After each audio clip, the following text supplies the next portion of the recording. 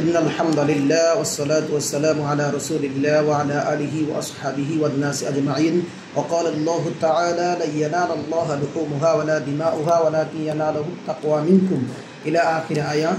মহান রব্বুল আলামিন পবিত্র কুরআনুল কারীমের 22 নম্বর সূরা 17 নম্বর পারার 15 নম্বর পৃষ্ঠার 13 নম্বর লাইনে সূরা হজের 37 নম্বর আয়াতে স্পষ্টভাবে বলে দিয়েছেন, কোরবানির পশুর রক্ত মাংস কোনো কিছুই তাহার কাছে পৌঁছায় না, পৌঁছায় শুধুমাত্র তাকওয়া, খোদাভীতি, পরহেজগারি।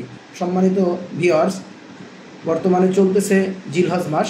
জিলহজ মাসের 1 থেকে 10 তারিখ এতটাই মর্যাদাপূর্ণ, এই মাসের ইবাদতগুলোর রয়েছে অনেক বেশি গুরুত্ব।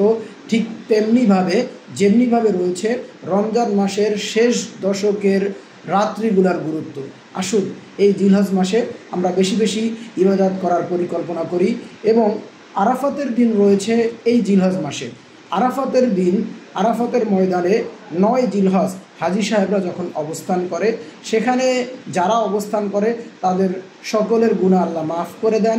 এবং হাদিসের মধ্যে এসেছে, আরাফাতের দিন যে রোজা রাখবে তার পূর্বের 1 বছর এবং পরবর্তী 1 বছরের গুনাহ মহান রব্বুল আলামিন ক্ষমা করে দেন। ঠিক তেমনিভাবে আরাফাতের পরের দিন হচ্ছে কোরবানির দিন। সেদিন কোরবানি করতে হবে। সেক্ষেত্রে যে সকল পশু দ্বারা কোরবানি করা যায়, যেমন গরু, মহিষ, উট, এই 3 প্রকার পশু দ্বারা আপনি 1, 2, 3, 4, 5, 6 সর্বোচ্চ 7 ভাগে কোরবানি করতে পারবেন। এছাড়াও গৃহপালিত পশু যেমন ছাগল, ভেড়া, দুম্বা, এই সকল পশু দ্বারা কোরবানি করতে পারবেন। তবে মনে রাখতে হবে, কোনো প্রকার বন্য গরু অথবা হরিণ দ্বারা আপনি কোরবানি করলে সে কোরবানিটা জায়েজ হবে না। ঠিক তেমনিভাবে আপনি পাখি যেমন হাঁস, মোরগ অথবা যে কোনো প্রকার পাখি দ্বারা কোরবানি করলে কোরবানি জায়েজ হবে না। সম্মানিত ভিউয়ার্স, আরেকটা মাসালা আমরা লক্ষ্য করি, সেটা হচ্ছে যে এই কোরবানিটা এসেছে মহান রব্বুল আলামিনের প্রিয় হাবিব মিল্লাত আবিকুম ইব্রাহিম ওয়া সাম্মাকুমুল মুসলিমিন, মুসলিম জাতির পিতা ইব্রাহিম আলাইহিস সালামের সন্তান ইসমাইল আলাইহিস সালামকে এবং ইব্রাহিম আলাইহিস সালামকে কেন্দ্র করে একটি যথেষ্ট বড় একটি পরীক্ষার মাধ্যমে। আর এই ত্যাগটা হবে আমাদেরও। কোরবানিটা তাদের কাতারে যদি নিতে হয়, তাদের অনুসারী যদি আমরা নিজেদেরকে দাবি করতে চাই, তাহলে তাদের মতো করে কোরবানি করতে হবে।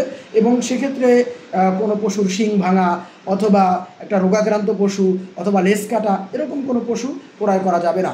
আরেকটা বিষয়, একটা পরিবারে 5 জন অথবা 6 জন সদস্য থাকতে পারে, কিন্তু তার মধ্যে থেকে 3 জন সদস্য নেশাব পরিমাণ সম্পদের মালিক, 3 জনে মিলে যদি 1 ভাগ কোরবানি করে, সেটা কিন্তু ঠিক হবে না। 3 জনকেই কোরবানি করতে হবে।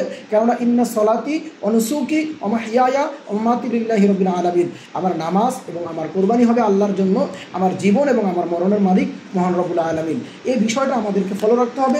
আরেকটা বিষয়, অনেকে আছে পরিবারে পিতামাতা জীবিত আছে, পিতামাতার নেশাব পরিমাণ সম্পদের মালিক না, কিন্তু সন্তান প্রবাসে থাকে, সে নেশাব পরিমাণ সম্পদের মালিক অথবা বড় চাকরি করে।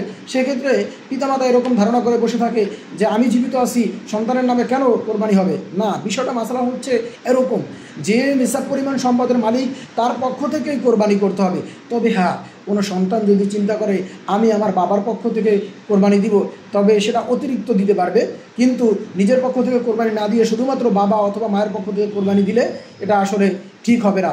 এজন্য পিতামাতাকেও সহনশীল হতে হবে এবং সন্তানকেও সঠিকভাবে মাসালা জেনে পিতামাতার জন্য দান করতে হবে।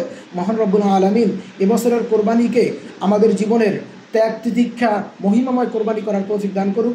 আমিন। আসসালামু আলাইকুম ওয়া রাহমাতুল্লাহি ওয়া বারাকাতুহু।